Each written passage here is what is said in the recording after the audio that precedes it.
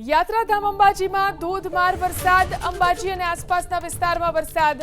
અંબાજીમાં વરસાદને લઈ માર્ગો ઉપરથી પાણી વહેતા થયા. અંબાજી ખેડ બ્રહ્માને જોડતો રસ્તો પાણીમાં ગરકાવ થયો. માર્ગો ઉપર નદીની જેમ પાણી વહેતા થયા. વધુ જાણકારી મેળવી અમારા સંવાદદાતા રતન ફોન લાઈનથી જોડાયા છે. રતન, કેટલો વરસાદ અંબાજીમાં અને શું સ્થિતિ?